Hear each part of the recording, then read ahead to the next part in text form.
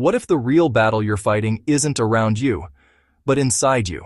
Not with people, not with circumstances, but with thoughts, lies, and strongholds that quietly shape how you live. Paul addresses that battle in 2 Corinthians chapter 10, and it's more relevant than ever. Paul begins with humility, not arrogance. He says, "I entreat you by the meekness and gentleness of Christ." Even when misunderstood, even when criticized, Paul doesn't lead with pride. He leads with Christ's character. But make no mistake, humility does not mean weakness. Paul makes this clear. Though we walk in the flesh, we do not wage war according to the flesh. Yes, we live in human bodies. Yes, we face human challenges.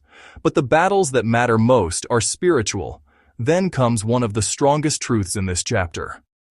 The weapons of our warfare are not of the flesh, but have divine power to destroy strongholds. Strongholds are not just big sins.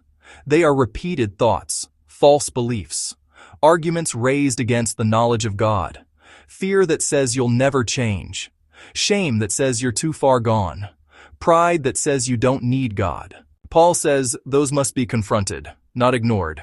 We take every thought captive to obey Christ, not some thoughts, not convenient thoughts, every thought. This is not passive faith. Later, Paul addresses comparison. He warns against measuring ourselves by others, saying those who do that are without understanding.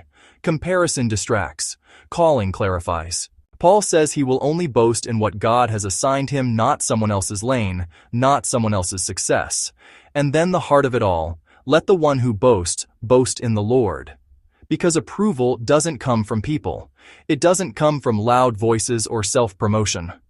It is not the one who commends himself who is approved, but the one whom the Lord commends. So today, check your thoughts, guard your heart, and remember this battle is spiritual, the weapons are divine, and your approval comes from God alone.